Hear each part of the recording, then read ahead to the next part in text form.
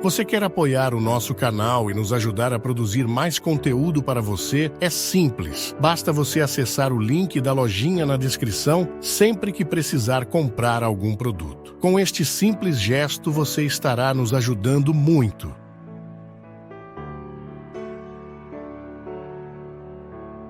E quando a gente olha diferente, quando Ele modifica o nosso jeito, quando eu tenho um olhar semelhante ao de Jesus, naturalmente eu vou ter comportamentos semelhantes ao dele. As minhas escolhas serão mais parecidas com a dele, porque ele é o meu referencial. Eu não posso me desprender disso. Se eu digo que sigo Jesus, eu preciso, é obrigação minha, ter os comportamentos e as atitudes dele. Não tem sentido a gente rezar e não permitir que essa oração transforme quem a gente é, né? Não faz sentido isso. É o que a gente falava aqui no início do programa. Todos nós estamos vivendo um combate diário. Contra quem? Contra nós mesmos. Porque sou eu que fico me boicotando. É você que se boicota. Quando você não permite que a sua oração atinja o cerne da sua existência, de que vale rezar tanto? A oração que não transforma a vida não faz sentido. E às vezes a gente reza é justamente para esconder a nossa indisposição de lidar com o que é humano. Eu preciso mexer aqui nas minhas misérias, e porque não tenho coragem de fazer isso, eu finjo que sou um beato e vivo rezando para poder dar uma satisfação ao outro, e vivo rezando para poder parecer ao outro de que estou no caminho certo, quando na verdade o nosso alento não vem dessa exposição pública. Isso tem que ser o nosso compromisso. Às vezes a pessoa passa pela nossa vida uma única vez. Eu preciso deixar nela os registros do meu cristianismo. Às vezes a gente nunca mais vai voltar a encontrar aquela pessoa lá, uma viagem que você fez. Você precisa deixar nela as marcas do seu cristianismo. Deus nos quer transformados, nele transformados. A proposta cristã é tão fantástica, é tão bonita. Eu tenho como referencial Jesus, e nele eu quero ficar transformado, quero ser parecido com ele. Você se recorda que quando você era criança e você admirava muito um super-herói, ou você admirava muito um professor, ou seu pai, a sua mãe, alguém que era adulto, que era maior que você, que tinha mais poder, você não tinha vontade de ser parecido com aquela pessoa? Quantas vezes você vai para o salão de beleza, né? Senta lá naquela cadeira e fala: eu quero ter o cabelo da Carolina Dickmann, eu quero ficar parecido com fulano de tal. Isso é natural na vida humana. Mas pelo amor de Deus, queira parecer com alguém que verdadeiramente pode interferir no seu jeito de ser. Eu até admito a possibilidade de você gostar daquele cabelo e cortar igual, não é nenhum problema não. Mas queira uma semelhança mais profunda com alguém, e que esse alguém seja Jesus. Queira conhecê-lo, buscar as alturas. Esse tema que tantas vezes foi recorrente aqui, o buscar as coisas do alto, é também buscar as coisas de dentro. Minha gente, essa é uma carência muito grande nossa nos dias de hoje. Nós estamos cada vez mais indispostos em buscar as coisas de dentro. O nosso olhar é sempre muito para fora. Nós estamos desaprendendo o olhar de dentro. Agora eu acredito que o nosso comprometimento com Jesus, que o nosso cristianismo, que essa oportunidade de lutar do jeito certo, de alcançar esse crescimento tão necessário para que a gente se distinga no mundo como um cristão de verdade, essa luta vale a pena, porque nós queremos um mundo melhor, e nós queremos trazer para este mundo em que nós estamos situados os valores do reino dos céus, porque essa escatologia tem sentido, essa esperança tem sentido, essa religião tem sentido. O que nós esperamos para a eternidade, nós já antecipamos no tempo, com a nossa vida, com o nosso jeito de ser. E isso é cristianismo, quando você é capaz de olhar para o outro sabendo que Ele é igual a você, que não há dinheiro no mundo que possa nos tornar melhores que o outro, que não há nenhum sucesso. Eu sou um homem de sucesso, eu sou uma mulher de sucesso, eu estudei, eu fiz isso e aquilo. O seu cristianismo vai lhe mostrar que de nada vale todo este sucesso, que de nada vale todo este reconhecimento, se você não souber viver com serenidade, se você não souber olhar para aqueles que estão do seu lado com respeito, com amor, com carinho. Quantas orações a gente precisa para que Deus transforme o nosso coração? É a quantidade? Eu creio que não. É a qualidade do que a gente reza. Então digamos que a pessoa faça muito menos orações do que nós, e ela já tem um comportamento cristão. Ela trata as pessoas de maneira cristã. Ela é justa nas suas relações, ela é verdadeira, ela promove o bem. Às vezes, eu não me atenho à religião que as pessoas professam. Por isso eu sou amigo de tantas pessoas que têm uma religião diferente da minha e estabeleço relações muito fecundas com gente que nem acredita em Deus. E graças a Deus, porque eu creio, por onde eu vou, eu tenho encontrado testemunhos assim. Às vezes no aeroporto: padre, eu me identifico com o seu discurso. Por quê? Faço questão de perguntar, né? Não, a minha religião é outra, ou eu sou evangélico, mas gosto de ouvi-lo, eu sou espírita, gosto de ouvi-lo, ou eu não creio em nada e gosto de ouvi-lo. Eu não me atenho à religião que as pessoas professam, eu me atenho ao bem que elas promovem. Fica de olho nisso, presta atenção nisso. Eu tenho falado muito sobre isso, sabe? Às vezes observo a maneira como nós rezamos e eu fico preocupado porque a nossa oração é muito a expressão daquilo que nós queremos.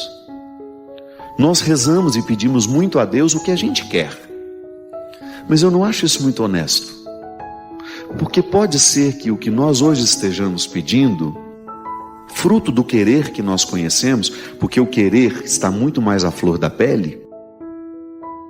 O que você quer? É mais fácil dizer do que se nós precisássemos dizer o que nós necessitamos. Então, quando a nossa oração é excessivamente a expressão do nosso querer, pode ser que ela não surta efeito, porque a gente acha que nós não estamos sendo correspondidos por aquilo que nós pedimos. Deus não esteja dando aquilo que a gente quer.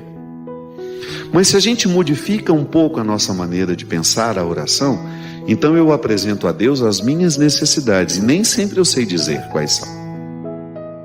Porque eu fico muito preocupado com o que eu quero, eu não chego àquilo que eu necessito.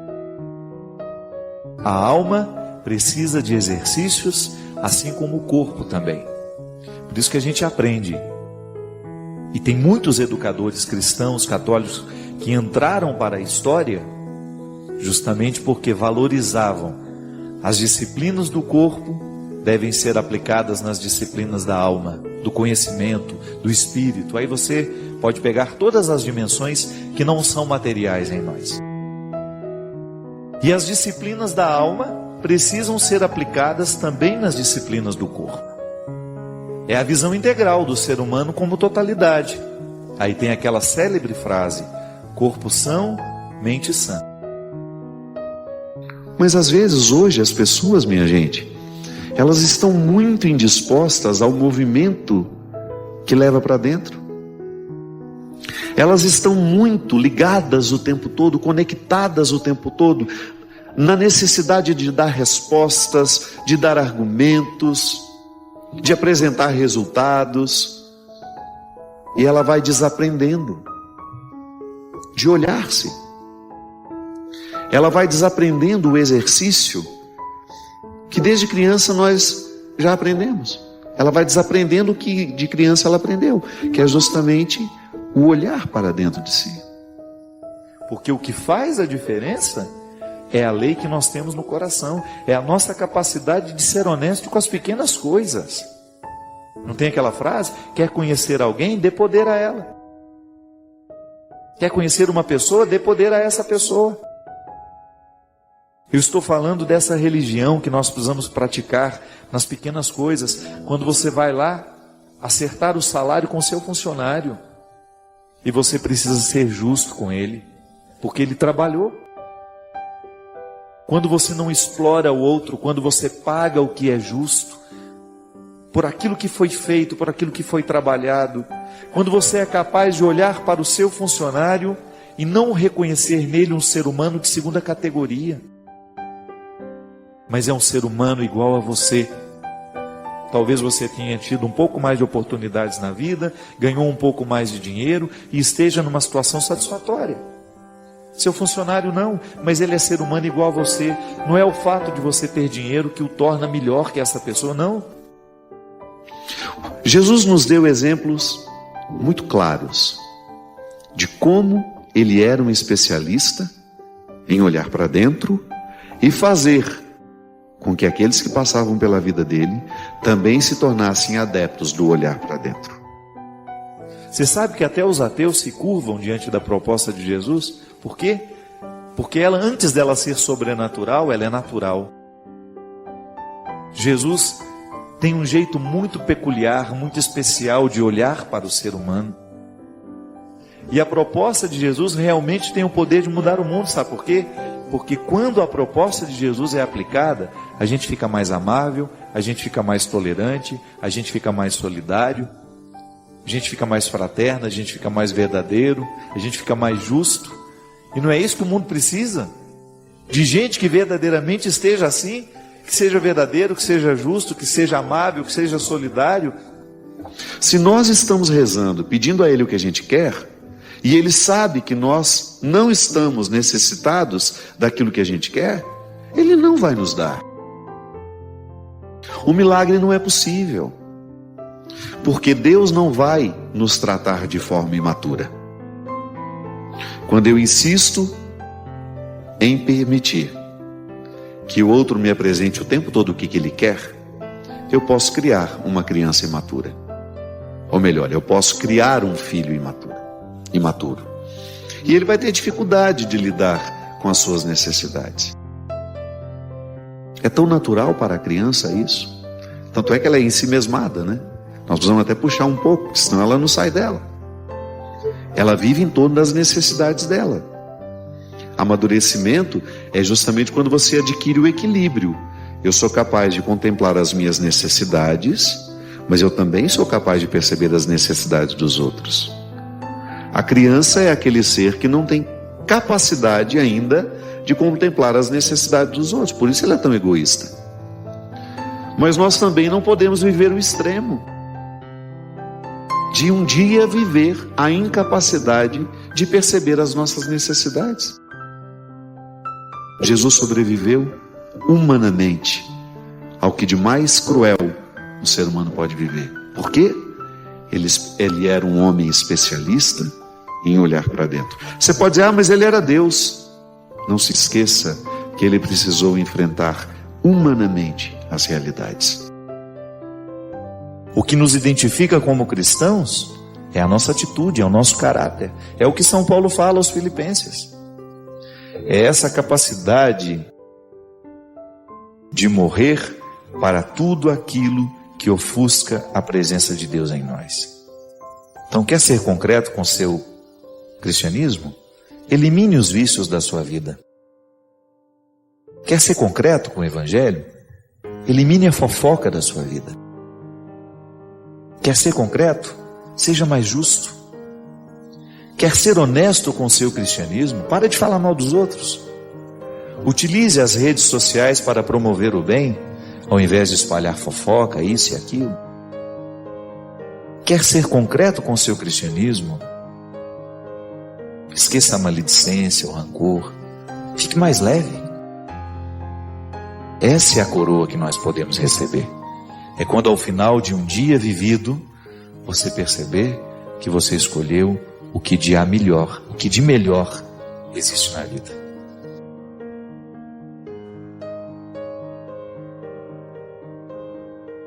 Estou um pouco confusa quanto a uma passagem da Bíblia que é um marco para nós cristãos. Gostaria de mais clareza.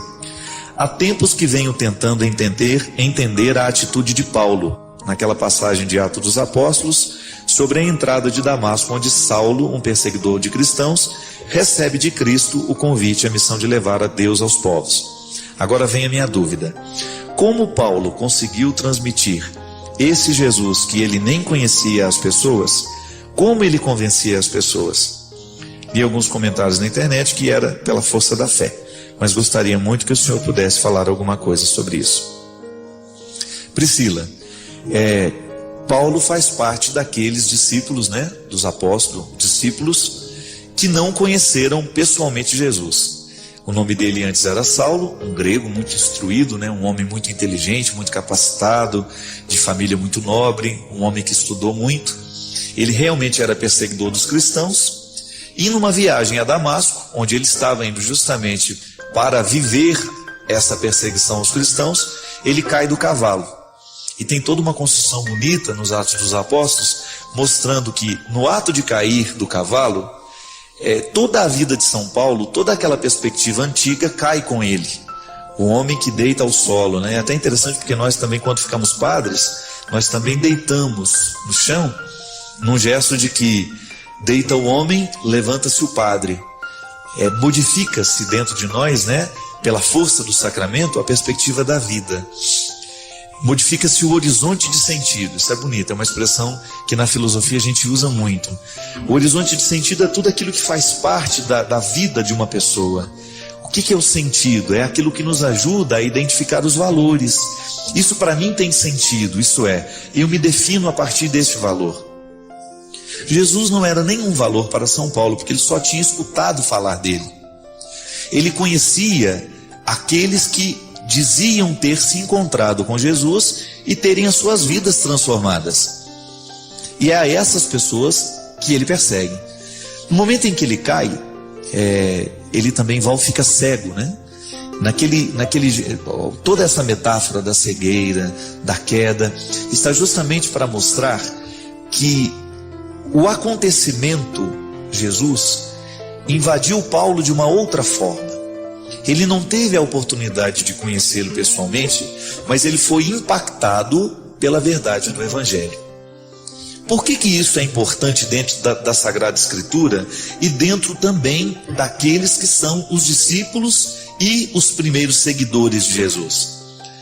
Essa presença de alguém que não conheceu, mas se torna também um legítimo discípulo, é um jeito que a igreja tem também de demonstrar pela força da revelação, que isso é um acontecimento, de que eu tenho também o direito de ser discípulo de Jesus, mesmo não tendo me encontrado com ele. Que você, Priscila, mesmo não tendo sido impactada pela força material de Jesus, você foi tocada e impactada pela força espiritual, que é justamente a força dessa primeira comunidade que vai se manifestando no tempo, que vai se firmando na história e que mais tarde se torna a igreja. Então, minha filha, nós temos duas formas, nos Atos dos Apóstolos, duas formas de discipulado: aqueles que realmente conviveram com Jesus e que são os apóstolos, e aqueles que se tornaram discípulos, ou porque ouviram a pregação de Jesus, estiveram com ele também, ou porque ouviram a pregação daqueles que estiveram com ele. Então você tem um discipulado diferente, mas não é menos precioso, Claro que isso deu problema, claro que na primeira comunidade eles certamente deviam ter um ou outro preconceito com aqueles que não tiveram o contato físico com Jesus. Mas é bonito a gente ver, por exemplo, toda a teologia, ela gira muito em torno dos ensinamentos de São Paulo. Então você pode entender que a força da teologia, a força desse processo de revelação de Deus, pela força do conhecimento, de uma ciência que nós podemos investigar, ela nasce da experiência de alguém que não encontrou-se pessoalmente com Jesus, materialmente, mas encontrou-se misticamente. Porque isso faz com que a igreja continue nesse movimento místico do ressuscitado, que é uma presença mais do que concreta.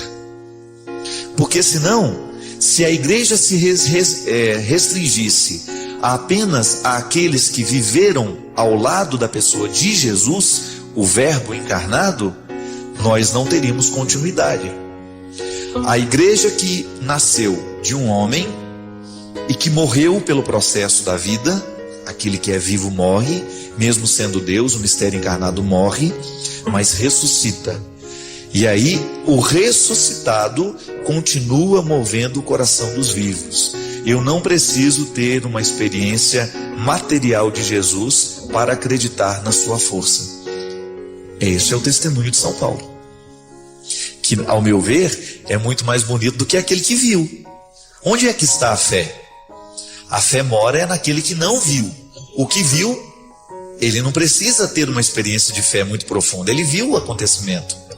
Mas nós, quando não vimos e acreditamos na palavra daqueles que viram, nós estamos inteiramente no campo da fé. Então, quando nós temos essa experiência de Paulo como sendo o movimento, a experiência da igreja, poderíamos dizer assim: São Paulo é o exemplo da experiência mística que nós, igreja, fazemos do Cristo, porque ele também não encontrou-se pessoalmente com Jesus. Ele fez a experiência do ressuscitado. Por isso a queda do cavalo, isto é, o meu mundo caiu. A minha perseguição deixa de ser importante, porque eu agora sou um adepto daquele que eu perseguia. É muito interessante, porque inclusive até o nome dele é modificado. Vamos falar essa agora de maneira geral. Você, por exemplo, na sua vida, quando você passa por um tempo novo, quando você passa por uma experiência profunda, de superação, não precisa ser aspecto religioso, não. Quando você descobre dentro de você forças para lutar e de repente você supera aquela dificuldade que parecia impossível, é como se nascesse uma nova pessoa, não é verdade? É como se você tivesse aquele frescor dos primeiros anos. É como se você tivesse aquele vento de novidade.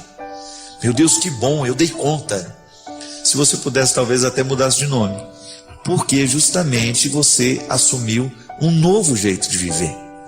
O casamento, por exemplo, é assim.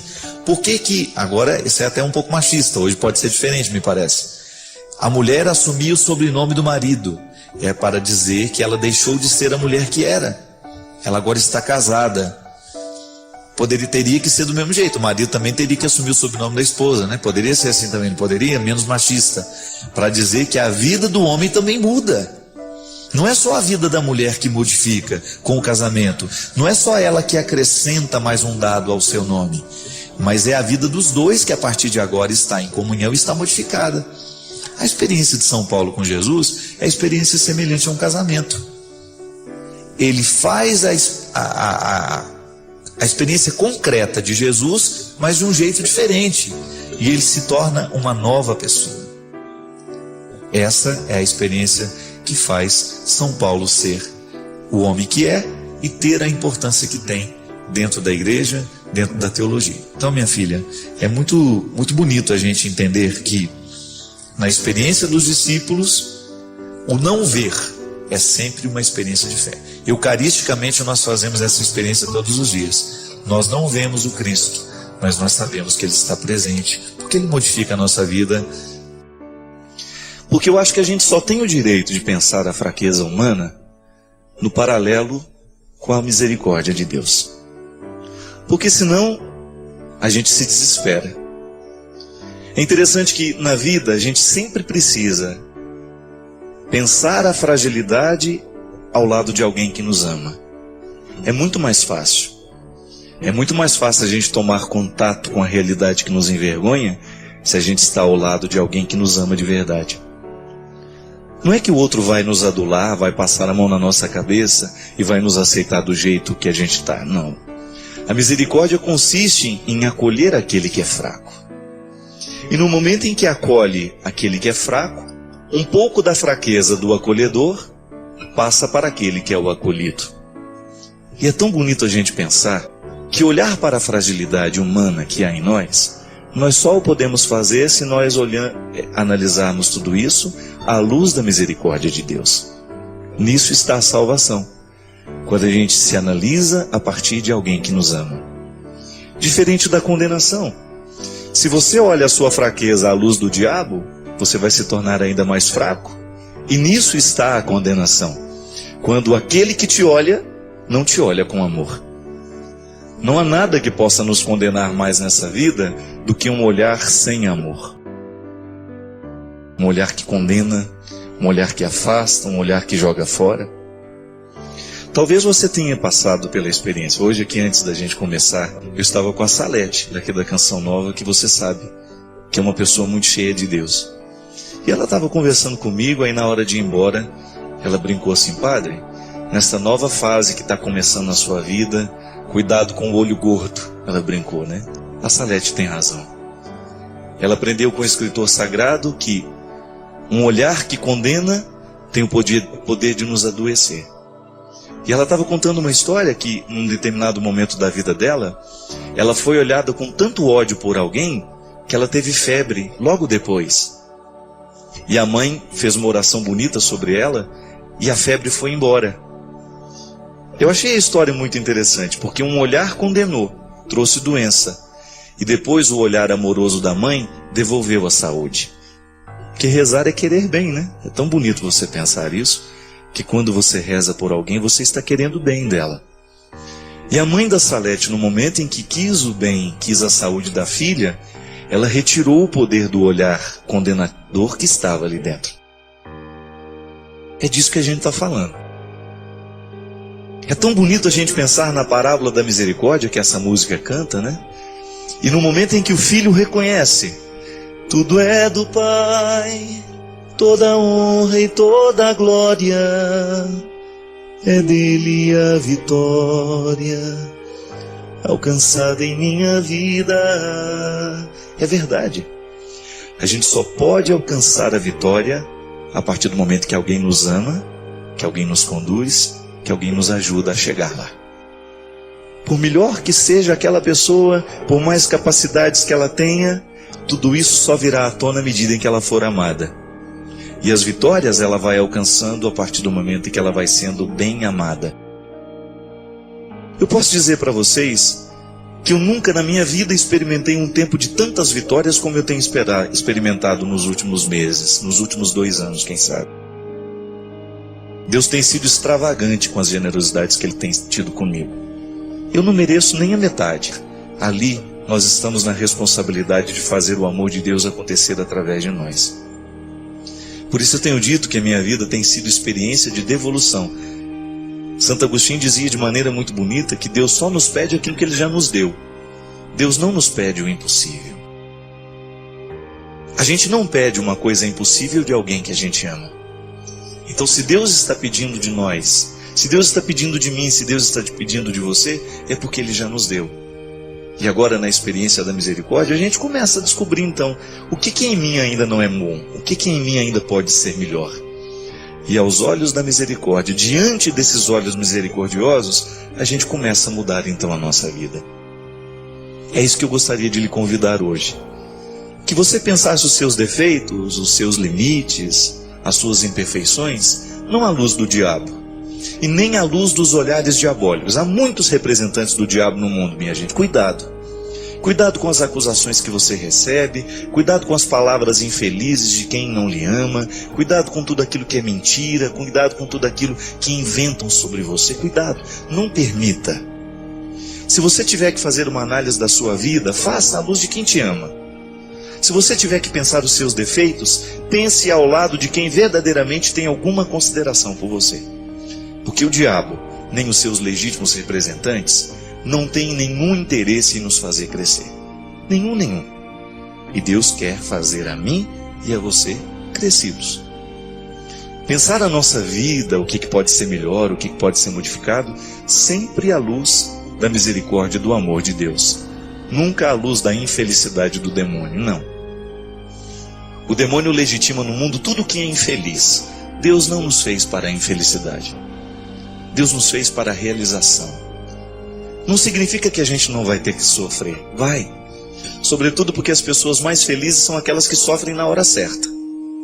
Então, se tiver que sofrer, não tenha medo. Mas faça sempre a sua análise de vida à luz do amor de Deus. E nunca à luz à sombra da condenação do diabo. É um pedido que eu lhe faço. Porque eu tenho visto tantas pessoas sendo destruídas pelo poder da fofoca, pelo poder das acusações, pelos olhares maldosos, que a gente permite que chegue em nossa vida, que chegue em nosso coração. Não permita. Não permita que nada de ruim dure demais dentro de você. Não pode durar nada. Deus quer você livre, feliz e realizado. A gente aqui não tem nenhuma palavra que seja para fazer mal a você. Nós não queremos. Definitivamente, o nosso objetivo não é lhe fazer mal. Nós queremos lhe fazer bem. Se porventura a gente não consegue, é fragilidade nossa. Não é porque Deus não quer. Só quem já leu os livros do Padre Fábio de Mello sabe o quanto eles são transformadores, nos fazem refletir e mudam a nossa forma de enxergar a vida. Se você ainda não leu, não perca essa grande chance. Saiba mais clicando nos links da descrição. Agradeço por compartilhar este momento de reflexão. Deixe seu comentário abaixo e compartilhe suas próprias experiências. Não se esqueça de se inscrever para mais inspiração e convidar outros a fazerem o mesmo.